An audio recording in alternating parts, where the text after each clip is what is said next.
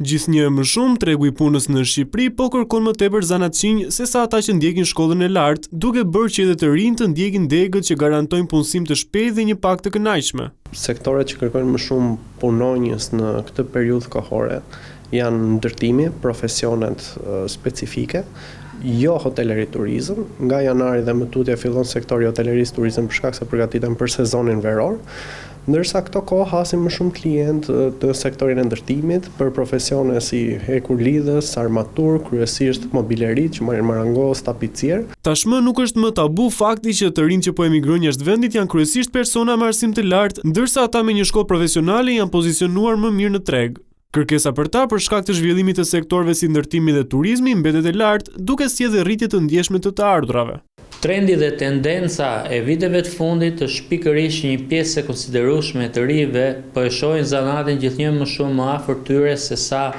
synimet apo interesat për të vazhduar një universitet, dhe këtë gjë nuk e them unë, e thonë gjithë manualet, programet dhe shifrat e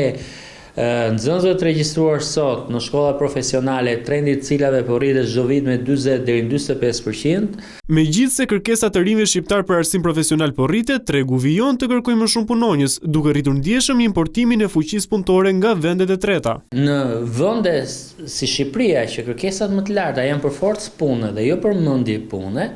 dhe kur sot një guzhinier merr 3 fishin e rrogës së një inxhinieri që punon me pagë të rregullt, atëherë prishja e piramidave në sistemin e pagave dhe ekuilibrimi i bazën e formimit dhe profesioneve demotivon dhe zhgënjen pikërisht profesionistët që kanë një arsim të lartë, që janë intelektual, që kanë dhënë kontribut dhe kanë eksperiencë në një fushë të caktuar. Sipas të dhënave nga Agjencia Kombëtare e Punësimit dhe Aftësive, aktualisht janë të listuara mbi 6.000 vende pune të lira që kryesisht kërkojnë më shumë fuqi krahu se sa ato kompjuterike.